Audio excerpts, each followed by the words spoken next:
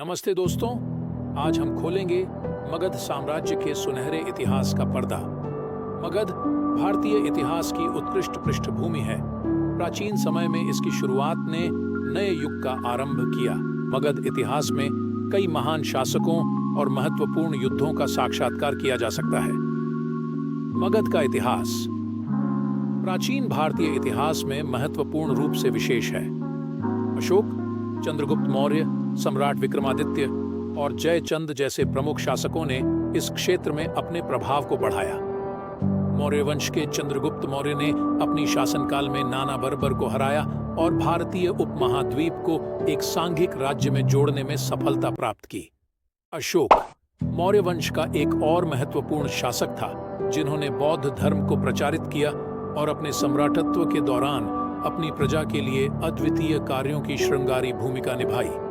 जब बात युद्धों की है, मगध ने महाभारत के समय में कुरुक्षेत्र युद्ध को मार्गदर्शन किया, जो भगवद गीता के माध्यम से भी प्रसिद्ध है।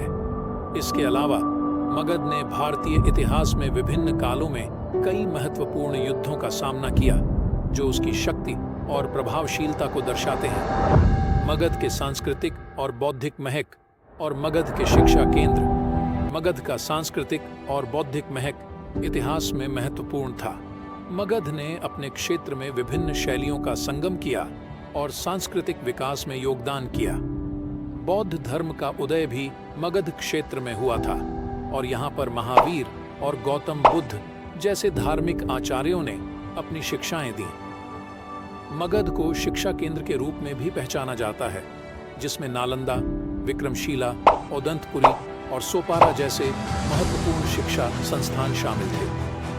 ये संस्थान विभिन्न विषयों में अद्वितीय ज्ञान और शिक्षा का केंद्र थे और इनमें छात्रों को धार्मिक, विज्ञान, कला और विचारशीलता में पूर्णता की शिक्षा प्रदान की जाती थी। मगध के पतन की कहानी और साम्राज्य के परिवर्तन का समय। मगध के पतन की कहानी और साम्राज्य के परिवर्तन का समय विभिन्न कारणों से हुआ। एक मुख्य कारण था मगध साम्राज्य के अंतर्गत राजा जड़ीबुटिराज के समय में संकट आना और अधिराज्यता का दुरुपयोग।